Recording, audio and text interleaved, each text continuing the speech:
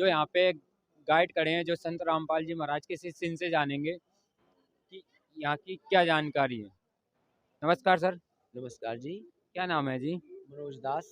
जी, यहाँ पे जो सर्व ब्रह्मांडों के बारे में बताया गया है, इसका थोड़ी हमारे दर्शकों को जानकारी दीजिए।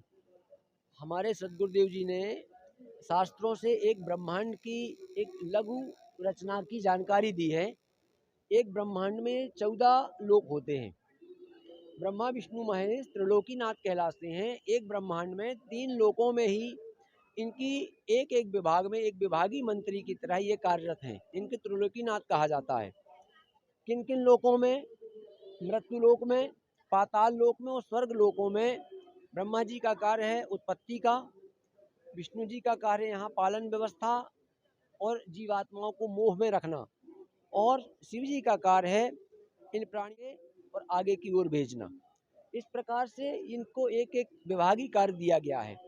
ये एक ब्रह्मांड में जो सारी रचना दिख रही है, ये इसमें एक राजदूत भवन भी है जिस पर पूर्ण परमात्मा का निवास है।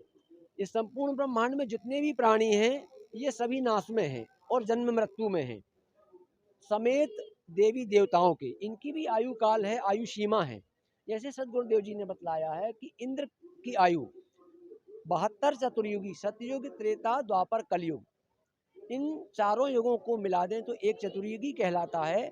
ऐसे ऐसी 72 चतुर्युगी की आयु एक इंद्र की होती है। इसके बाद इंद्र को भी शरीर छोड़ना पड़ता है। आत्मा किसी की नहीं मरती है, शरीर जो है सबको छोड़ना पड़ता है, यानी मृत्यु हो जाती है। इसी प्रकार से ब्रह्मा जी के एक दिन में 14 इंद्र मृत्यु को प्राप्त कर लेते हैं। ब्रह्मा जी का एक दिन 1008 चतुर्युगी का सदगुरुदेव जी ने बतलाया है। 1008 चतुर्युगी का दिन और 1008 चतुर्युगी की रात्रि ब्रह्मा जी की बतलाई है। ऐसा एक दिन होता है, दिन का एक महीना और 12 महीने का एक वर्ष। ऐसे ऐसे 100 वर्ष की आयु सदगुरुदेव जी ने ब्रह्मा जी की बतलाई है। ब्रह्मा जी से 7 गुनी ज़्यादा आयु श्री विष्णु जी की है और विष्णु जी से 7 गुनी ज़्यादा आयु त्रिलोकीनाथ शंकर जी की है। जब ये त्रिलोकीनाथ शंकर जी 70,000 बार मृत्यु को प्राप्त करते हैं, तब एक बार दुर्गा और उनके पति काल ब्रह्म, ये इनकी मृत्यु होती है और ये संपूर्ण ब्रह्मांड में आग लग जाती है। संपूर्ण ब्रह्मांड नष्ट हो जाता है। संपूर्ण ब्रह्मांड के नष्ट होने पर जो भी समस्त आत्माएं जो होती हैं वो बीज रूप में इस काल ब्रह्म के 21वें ब्रह्मांड के अन्य दूसरे ब्रह्मांड में प्रवेश करते हैं और यहाँ पर कुछ समय बाद पुनः दुर्गा और काल को युवा शरीर प्राप्त होता है और ये पुनः जो है इस प्रथम ब्रह्मांड की तरह ही इस दूसरे ब्रह्मांड में सृष्टि की रचना नए सिरे से शुरू करते हैं। ये 21 ब्रह्मांड को अलग अलग काल ने ये पांच थोड़े हमारे दर्शकों को समझाइए, 21 ब्रह्मांड में किस किस को ये ब्रह्मांड बांटे गए, किस किस तरीके से बांटे गए, हम जानना चाहेंगे। 21 ब्रह्मांडों को काल ने इन 5-5 ब्रह्मांडों के एक एक घेरे में कैद करके रखा हुआ है। ये महाब्रह्मांड कहलाते हैं। 5 ब्रह्मांडों का एक ग्रुप है, इसको महाब्रह्मांड कहा जाता है। और ऐसे ऐसे 4 महाब्रह्मांड बना रखे जिसमें 20 ब्रह्मांडों को घेरा गया है। इसके बाद 21वें ब्रह्मांड में स्वयं जो एक महाब्रह्मांड के बराबर है, उसमें काल स्वयं अपना स्थान बना करके इस गुप्त स्थान में निज लोक में अब काल रहता है। और उसी स्थान में एक तपस्शिला बना के रखी है। इसी तपस्शिला में, क्योंकि ये काल श्रापित है, 1 लाख मनुष्य शरीरधारी प्राणियों का रोज ये भक्षण करता है, 1.25 लाख की उत्पत्ति करता है।